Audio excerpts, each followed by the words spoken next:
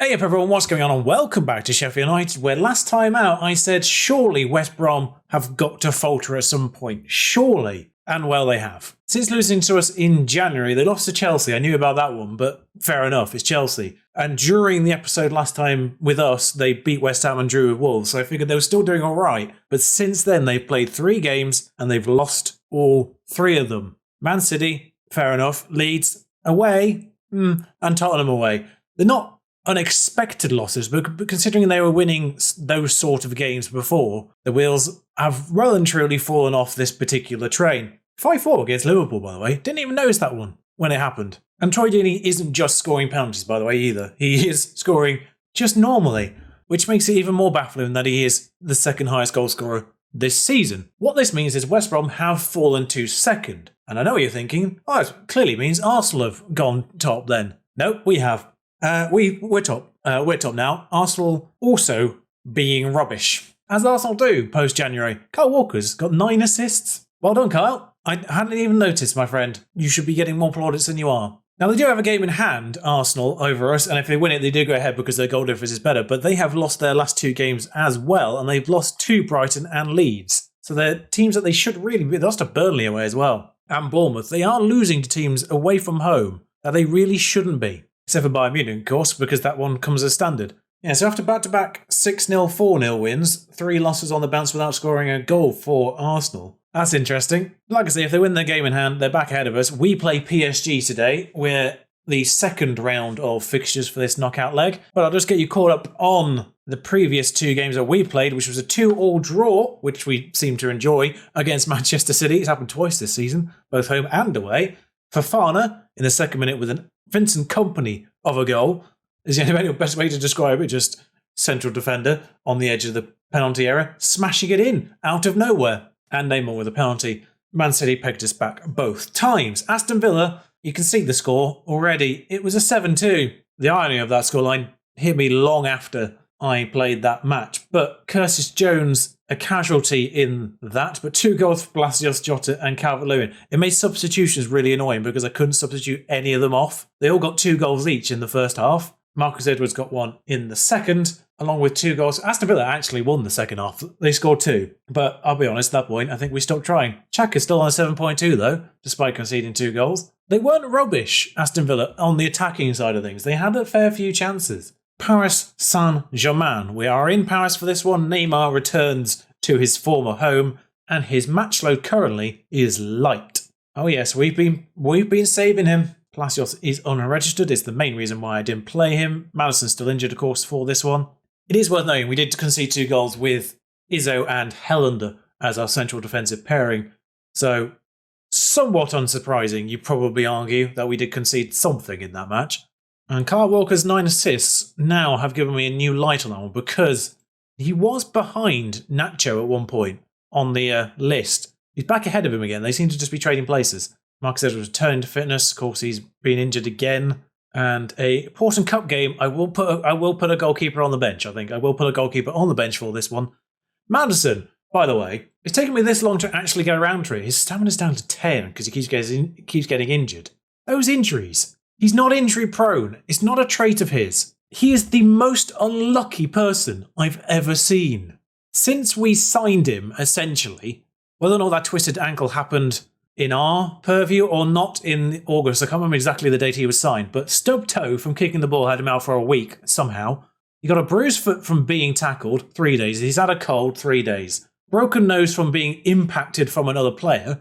Fractured toe from being tackled. Groin strain from being tackled. Fractured lower leg from being tackled. I generally don't think anyone has ever been more of a target. And like I say, you can't play this one. Neither can Curtis Jones, who got injured against Aston Villa. He's out for somewhere between 1 and 2 weeks. The lineup here will be, arguably, what is our best 11? Xhaka in goal, Meza, Badiashile, Fofana, Walker, Brozovic, Burge, Neymar, Gomez. No, it's not our best 11. That should be Madison, of course. Gallardo, Edwards, basically the same player. Calvert-Lewin up front. One little tweak I have made recently, I didn't mention it, was I switched the right back to attack mode, which Kyle Walker, as you can see, with 9 assists, is benefiting from. Even if I hadn't realised he was benefiting from it until now. Now, the PSG team is still very strong, actually. It's arguably stronger even without Neymar than it was before. Because his replacement was Mane. And Mane actually arrived before Neymar left. And I think I was probably part of it. I've surmised that before. But Neto in goal, who actually is, I think, pretty certain that's Barcelona's backup goalkeeper. So maybe goalkeeper isn't the strong point. Don't know how well regarded he is in Football Manager. Di Lorenzo right back. Marquinhos, Kimpembe, Davis there. They've acquired Alphonso Davies. Llorente, Verratti, Kovacic, Pulisic. They've raided Chelsea a bit. Mane and Mbappe, of course. Alfredo Cardi on the bench. Bernat on the bench. Malcolm on the bench. I recognise the name. I don't know how good his priorities are now as well. I recognise as well. The bench is strong. A couple of players I don't know the name of, El Halak and Montero. But you'd possibly argue, in terms of front to back, that is a stronger PSG team than it was in, now, 2021, start of 2021 in real life. They may have lost Neymar, but it's stronger overall. They line up with a 4-3-2-1, which you kind of expect from that lineup. We do obviously the reverse midfield-wise, the old classic 4-2-3-1. And away we go in the Parc des Princes, I believe it's called. Massive stadium. Now, the only thing I'll say is last time Neymar was on the same pitch as someone he knew, he wasn't very good.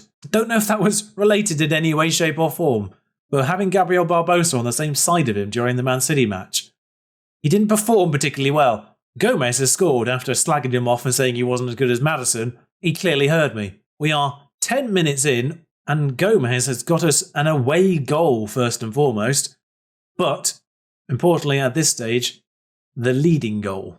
The pass was really good, actually. Took me a second to actually register how good the assist was. Just sliced that defence apart. Llorente's been booked, which is a good sign. Having their defensive midfielder cautious on tackling from here on in is only going to help as Neymar rifles one in. I thought he'd missed. I thought he'd been saved. PSG need a rethink, says the text at the bottom. They're being carved apart far too easily. I won't exactly call that one being carved apart. He smashed it in from the corner of the box. But Meza, Gomez, Calvert-Lewin, fair enough. The passing play was great. And he was slightly more central in the box than I thought he was. But the finish, wow. And he absolutely, I suppose actually mostly because a lot of those players in that squad, apart from Mbappe and maybe Verratti, they're not players that he's played at PSG with for a long time in the defence, actually, Kimpembe and Marquinhos. I don't know, I said that weirdly, but he hasn't played with a lot of those players for more than a season. So maybe it's not the Barbosa effect, who of course was actually on the same side of the pitch as him during the Man City match. That, great work from them, they've got one back. Christian Pulisic. Or Pulisic, I think he actually does prefer Pulisic.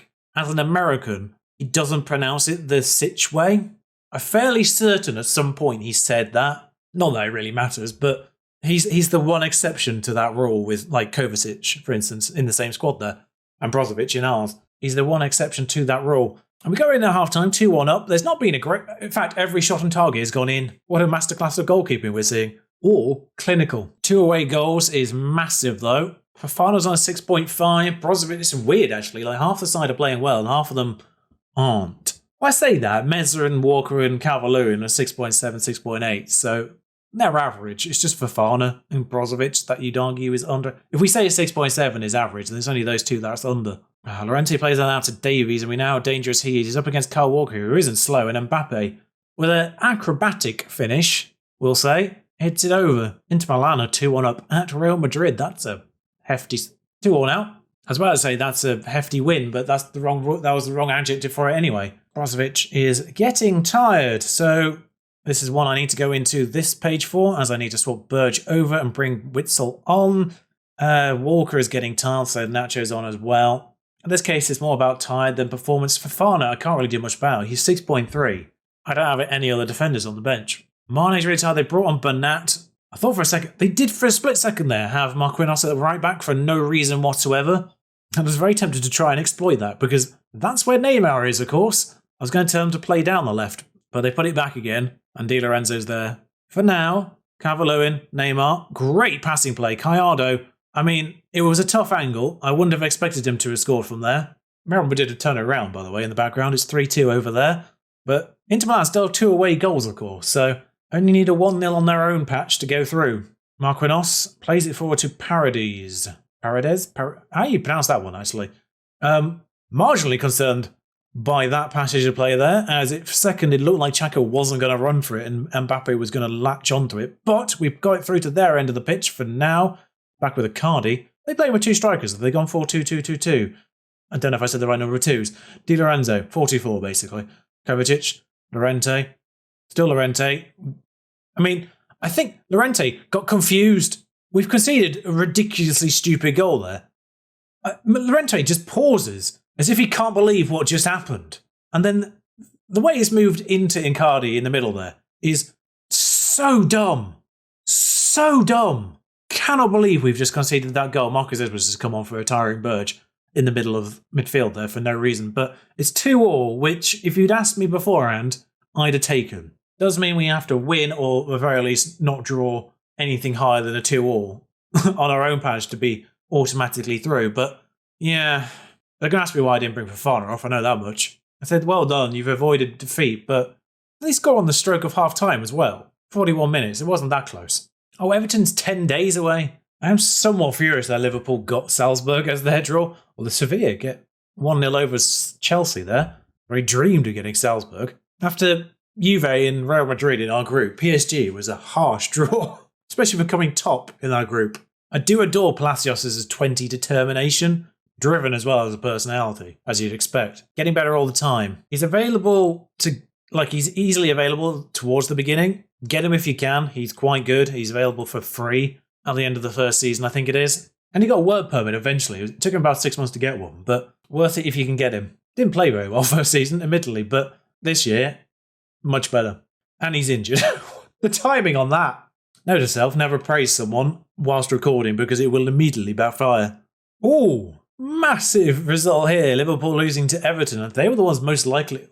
With Arsenal faltering slightly, I felt like Liverpool might be the ones most likely to capitalise on West Brom and Arsenal not performing as well as they possibly should have. But Arsenal have got their win over Wolves, which has taken them top, as I said they would. Goal difference. Despite winning 7-2, goal difference. Oh God, I've just realised Everton on the high of beating Liverpool at Anfield. We've got to play them now at Goodison. Okay, so the West Brom redemption is back on. I figured that would be a good game for them to get back on the rails. And the next game isn't too tough either. I think it's at home to Fulham. So keep an eye on West Brom going forward. I mean, not that you weren't already. But I think the crucial game is West Brom play Fulham next. Arsenal have got a reasonably good game as well, while we play Everton. But then they play each other. Oh, Cavani's decided to retire. Fair enough. Yeah, he kicked up a fuss about not playing and he went on the transfer list. Didn't get rid of him though. So he's decided to retire instead, which is a bit sad, but we might try and play him. Depending on what the situation is at the end of the year, we might try and play him in a few games. But I get the sense there might be a bit of a fight towards the end.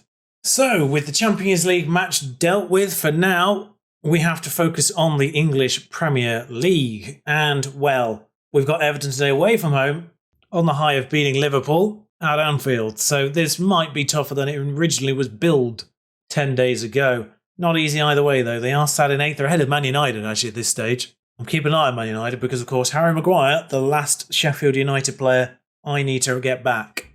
But West Brom currently top again for the time being. Arsenal, of course, play today. They play Tottenham. Away from home, not an easy one. Big derby there as well. So Liverpool not far behind. Man City not far behind either. It's tightened up quite a lot. Well, Arsenal played early on and they've already won. So they're back top for the time being. And actually, unless we win more than 5-0 here, we won't be getting there. Adishile got injured. Why was I not notified?